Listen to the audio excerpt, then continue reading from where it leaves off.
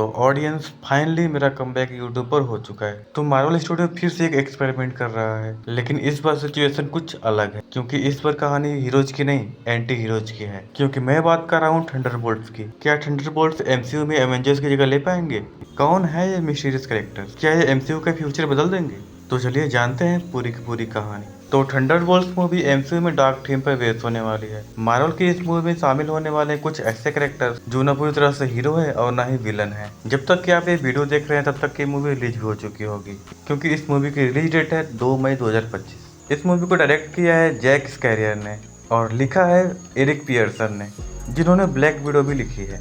तो अब हम बात करते हैं इस टीम के मेंबर्स के बारे में, और यकीन मानो ये लाइनअप किसी अवेंजर टीम से कम भी नहीं है। इस टीम की फर्स्ट मेंबर है Yelena Belova, the new black widow. ये हमारे ब्लैक विडो की बहन है जो कि काफी तेज है और घातक है। नंबर 2 पर है बकी बांस, द विंटर सोल्जर। ये अवेंजर्स का पुराना मेंबर रह चुका है और इस समय रेडेम्पशन की राह पर है। नंबर 3 पर है जॉन वॉकर, यूएस एजेंट। यह अमेरिका का सबसे गुस्सैल सोल्जर है और इसे भी कुछ सेकंड के लिए कैप्टन अमेरिका बनाया गया था। नंबर 4 पर है रेड गार्डियन। इसको बनाने का सिर्फ एक ही मकसद था। ये उस समय की बात है जब हम सब पैदा भी नहीं हुए थे। जब कैप्टन अमेरिका को बनाया गया था तो उसी को देखते हुए रसेल सोचा कि क्यों ना हम अपना भी सुपर हीरो बनाए, तभी उसने बनाया रेड गार्डियन को। हमारे जो न्यू ब्लैक विडो है ये उनका पिता भी है। नंबर 5 पर है घोस्ट, यानी क्वांटम पावर वाली लड़की। इसकी स्टोरी एंटमैन से जुड़ी हुई है और इसके पास अनस्टेबल पावर है। नंबर 6 पर है हमारी टास्क मास्टर, यानी कॉपीकैट फाइटर। ये जिसके साथ भी फाइट करती है उसके फाइट करने का तरीका ही कॉपी कर लेती है और उसी के तरीके से उसको ही हरा देती है। लेकिन ताज्जुब की बात तो ये है कि मूवी में इसका रोल 1 मिनट से भी कम है। नंबर 7 पर है वैलेंटीना।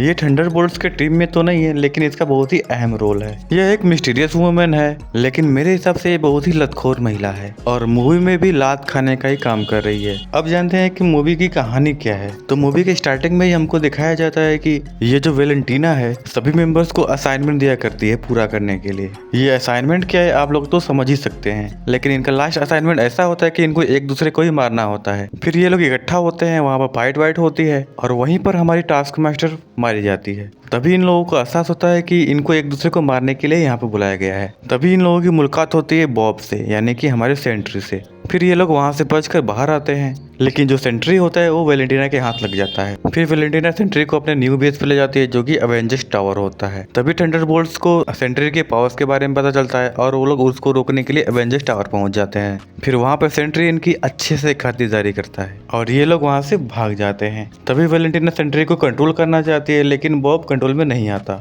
उसके बाद वैलेंटीना उसको शॉक देती है जिससे सेंट्री बेहोश हो जाता है। उसके बाद होता वही है जिसका डर होता है, सेंट्री के अंदर का वाइड बाहर आ जाता है और पूरे अर्थ पर अंधेरा फैलाने लगता है। उसके बाद जो हमारे थंडरबोल्ट्स होते हैं वो उस अंधेरे में घुस जाते हैं और उस अंधेरे में बॉब को खोजते हैं। उसको खोजकर उसको प्रवचन देते हैं जिससे वह खुद से लड़ने के लिए तैयार हो जाता है। उसके बाद सेंट्री और वाइट दोनों के आपस में फाइट होती है जिसमें सेंट्री कमजोर पड़ने लगता है। अंधेरा उसको निकलने ही वाला होता है, तभी हमारे जो थंडरबोल्ट्स होते हैं वो पीछे से आकर उसके सपोर्ट करते हैं। उसके बाद ये सब मिलकर वाइट को हरा देते हैं। उसके बाद हमारे बॉब की वापस से याददाश्त चली जाती है और हमारे थंडरबोल्ट्स वैलेंटीना को खोजने लगते हैं पीटने के लिए। तभी वैलेंटीना उनको धोखे से मीडिया के सामने ले जाती है और बोलती है ये रहे हमारे न्यू अवेंजर्स, और सब हैप्पी हैप्पी हो जाते हैं। तो ये रही हमारे थंडरबोल्ट्स की कहानी। थंडरबोल्ट्स सिर्फ एक मूवी नहीं बल्कि एमसीयू का एक नया चेहरा है जो कि है डार्क, इमोशनल और पावरफुल भी है। अगर आप इस मूवी में एक्शन सिक्वेंसेस को देखने के लिए जा रहे हैं तो मत जाइए, क्योंकि इस मूवी का जो क्लाइमेक्स है वो सिर्फ प्रवचन से भरा हुआ है।